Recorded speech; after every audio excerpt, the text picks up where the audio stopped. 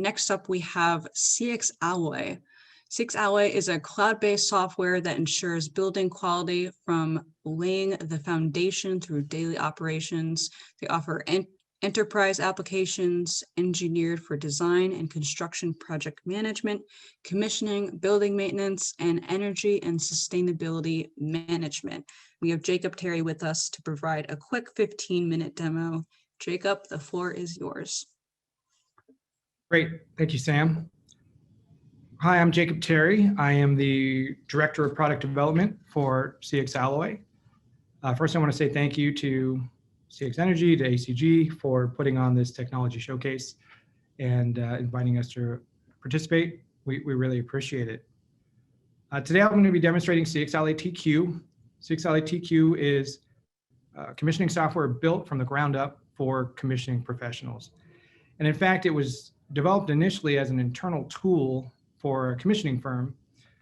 And in 2012, almost a decade ago now, we made it available to the larger commissioning industry.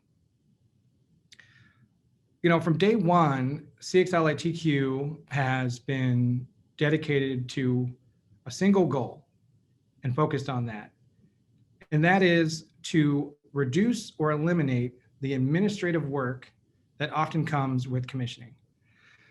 And you all are going to know what I'm talking about. You know, I'm talking about things like manually editing Excel files. I'm talking about copying and pasting photos. I'm talking about combining PDFs using Adobe Acrobat, transcribing handwritten notes, you know, that you took in the field.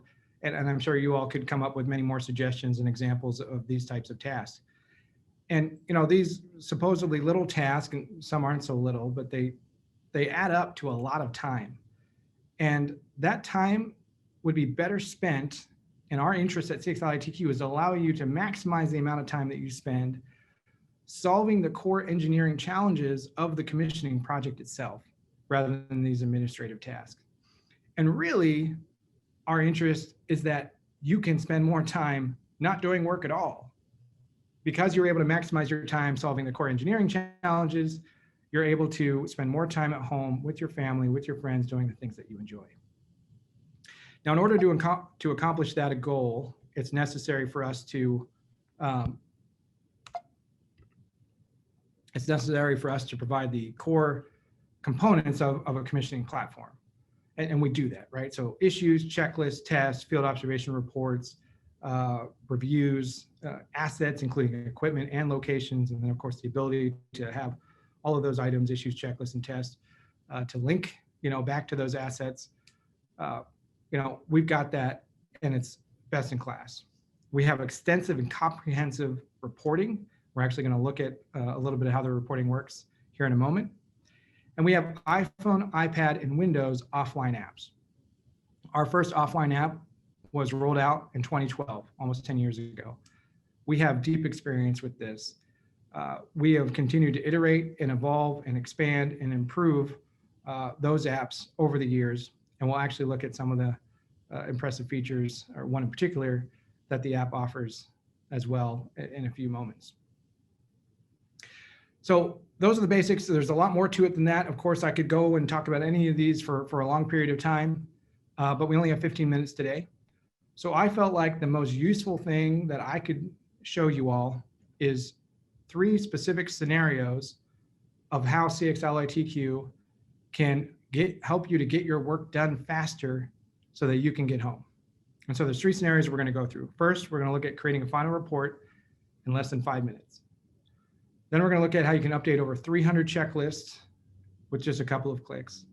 And then finally, we're going to look at how you can record nameplate data without typing a single thing. So first, let's look at creating a final report in less than 5 minutes. In order to show you this, I want to first show you how our reports, PDFs work in general. So, you know, every page of CxAlloy has the ability to generate a PDF report. Here we're looking at checklists. And whenever you generate a PDF, it's going to reflect whatever you're currently seeing on screen. So, for example, if we sort by status here on our list of checklists, when we go to generate the report, there's different options we could pick. We're going to go with list here. The PDF list that we're going to see is going to be exactly what we were just looking at on the screen, right? So it's going to be all of those checklists sorted in the same way. So we see the in progress ones first, and then after that, the not started.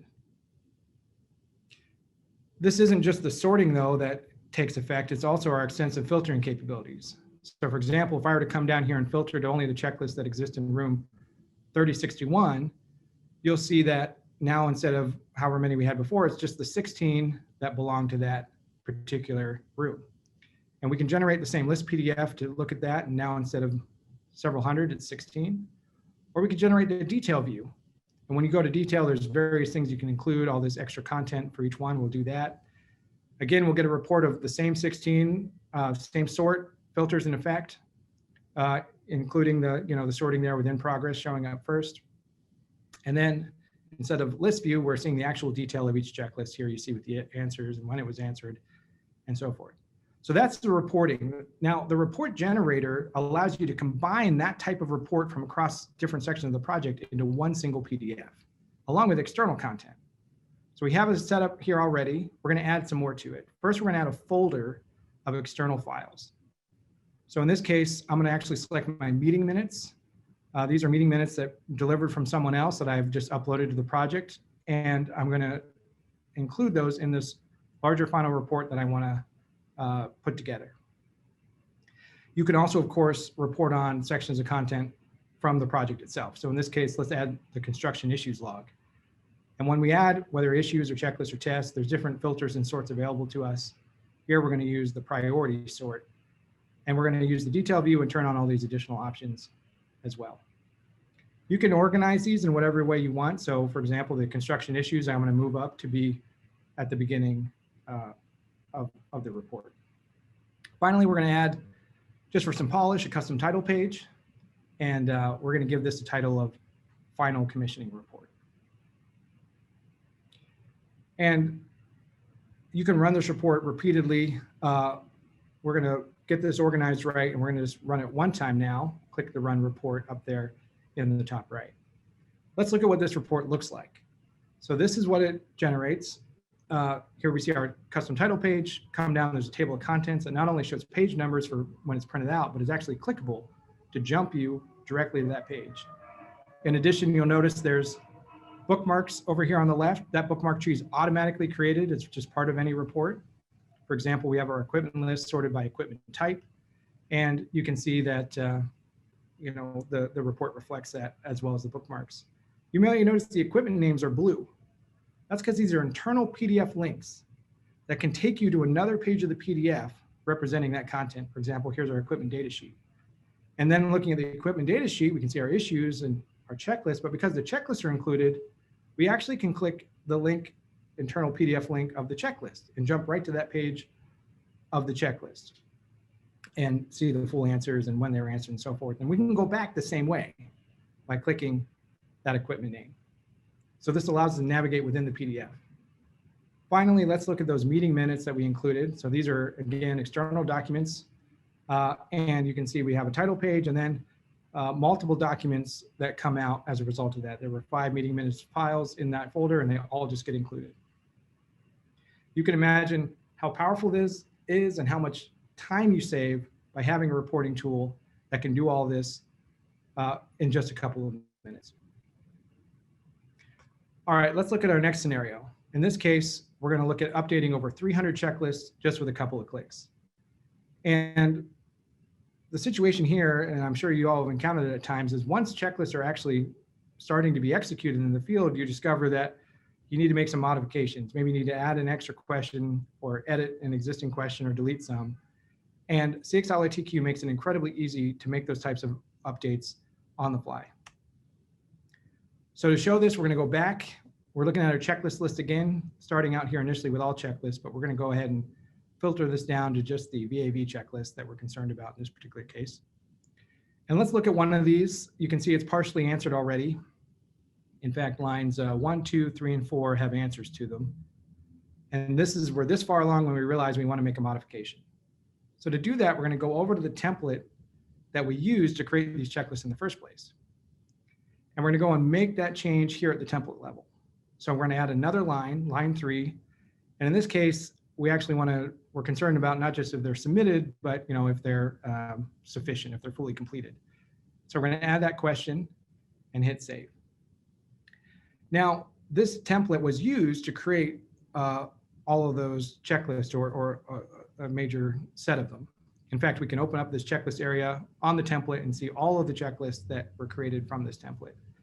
And in fact, you can see on the far right there, it says changes available, right? So these checklists that came from that template are now available to get this update we just made, which we do by clicking the push changes button up in the corner. We see that same list of checklists here that will receive these changes. Now we can exclude any of these. We could check the checkbox to say, you know what, we don't want this particular checklist to receive the change. In our case, we want to keep them all checked. We want them all to get the update.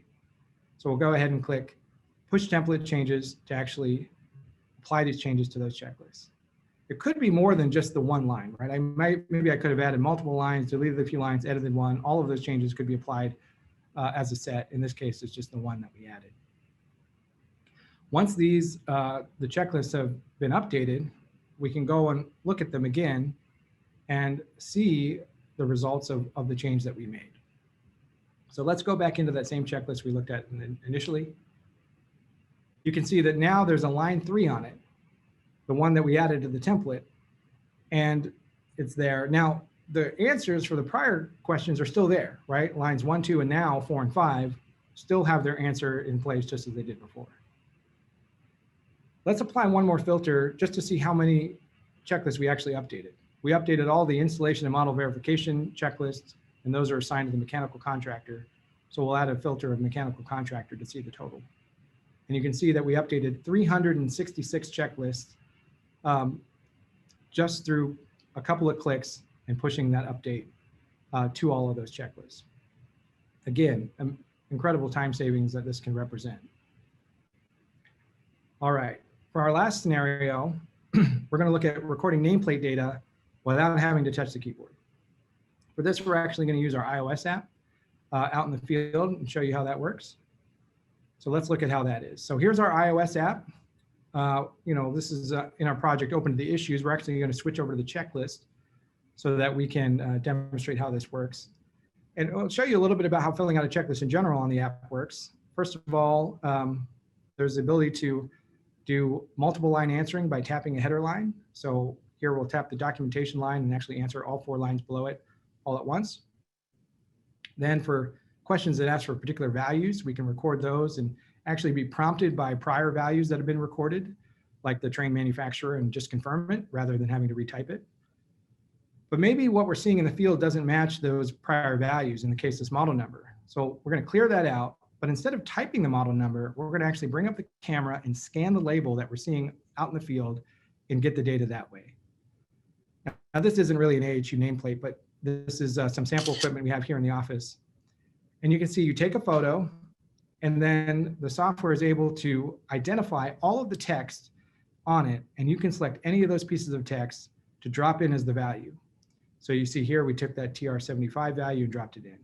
We don't have to take another photo for the next question. We actually can bring up that same label again and select a different piece of text. So here we'll pick, it's not truly a serial number, but it, I think gives the example. We'll pick this value as the serial number we want to record and hit save. And now all those values have been recorded without us having to touch the keyboard at all. Contractors in the field absolutely love this. So those are just 3 examples of the way that CxAlloy TQ can save you a tremendous amount of time in administering your projects. And of course, there's much more than that. In fact, we're always working on new features as well. In 2020, we had many updates. Here are just highlights for our iOS app. These are some of the updates that we released in 2020. For our web application, these are some of the updates we released in 2020, including adding signatures, adding the ability to draw markups and arrows and text and so forth on PDFs and images that you upload, and many other things as well. And of course, we're working on lots of great new stuff for 2021 this year also. If you thought that this was interesting, I hope that you'll reach out and get in touch. We would love to. You could also visit CxAlloy.com and learn about us there. Request some information, try out a trial. We hope that you'll look into working with us so that we can help you to get in, get done, and get home. Thanks for your time. Perfect. Thanks so much, Jacob. Before we get into the Q&A, we'll go into the giveaway. CxAlloy is giving away a cloud commissioning bundle that includes 3 months of CxAlloy TQ subscription for 3 projects and an iPad to use with their iOS app. So if you're interested in this awesome giveaway, comment CxAlloy rocks in the chat box. We'll do the drawing after the Q&A. Thank you, everyone. Okay, first question here. Can you create a folder for the project related emails? So yes, you could, right? So you could create a folder and upload the emails to it, right? There's a project files area that allows you to create whatever arbitrary folder structure that you want and upload whatever files that you want to it. And we don't have really any restrictions on what types of files that you can upload outside of some security stuff. But so if you have like .eml files, which is the email export, or just .text files or whatever, you absolutely could, store those all. And then you could actually include them back out in the output if you needed to, like I showed with the meeting minutes, if you wanted to have a report, have a kind of email content section and do it that way. Perfect. And is this software able to generate monthly progress reports, which include the test reports and checklists completed in the past month only? Yes. So we have a progress report section and allows you to define a date range that you're reporting on. And then it automatically pulls in all of the relevant activity that happened, checklists, tests, issues, field observation reports that either were closed or created in that time period. And then when you click the PDF button, obviously some options there to turn different areas off or on per your choice, but it can include sort of behind that high level progress summary, the actual individual, whether it's tests or checklists or issues that happened during that time period that you specify. Thank you. And one last question here. Can you talk a little bit more and expand upon predictive and prescriptive analytics capabilities? So, that's not really a component of CxAlloy. So in terms of predictive analytics, there's dashboarding reporting on where your progress is in terms of, the task of the commissioning project. But in terms of predictive analytics, that's not something that the software really tries to do. We are working with a variety of outside parties on various data integrations, and some that I'm personally excited about are things like some of the BAS sort of continuous monitoring type services and automated functional testing services, and leveraging our API in conjunction with how those work to kind of tie into some of those other services that do more of that kind of continual monitoring stuff. But it's not something that CxAlloy itself is trying to tackle. Thank you. We have time, so there's a few more questions that popped in. So let me jump into those. 2 people are asking, are there any scheduling options available, and can they produce project schedules? No. So, we do plan to, we have an update for this year that's going to expand out some of the sort of time-based reporting that you can do in the system in terms of like how you're progressing against some target date for completion. But schedule is really not something that we have felt like is the right thing for us to tackle. It's generally commissioning is not in charge of schedule. So what we plan to tackle is sort of the schedule components that commissioning is worried about, which is, how are you progressing against hitting your deadlines as a commissioning firm in terms of completing functional testing. But in terms of sort of chart style scheduling and so forth, that's not something we have, and it's really not something we anticipate at this point bringing in, just because of the nature of the commissioning provider's role. We don't have a lot of demand for that, and also because we think that it's better left to, it gets very deep. I'm sure if you ever got into scheduling, it gets real deep, and resource loading and all of that stuff. So we think that's better left to dedicated software. Thanks, Jacob. One last question. From a licensing standpoint, Can I, as the main license holder, add unlimited subcontractor seats without any cost associated to it? And then secondly, can the subs use their own devices with CxAlloy? Yes, absolutely. So the apps that we have are just available in the app stores to download any, so they can use whatever their own personal devices for that stuff.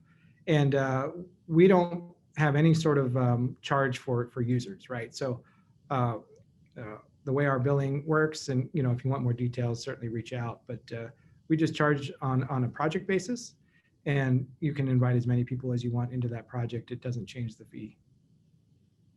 Thank you. There's actually one more question that popped in here. Sure. Can automatic emails be sent out weekly for the project status? I said, example, the dashboard or the opened issue status, test completion, stuff like that.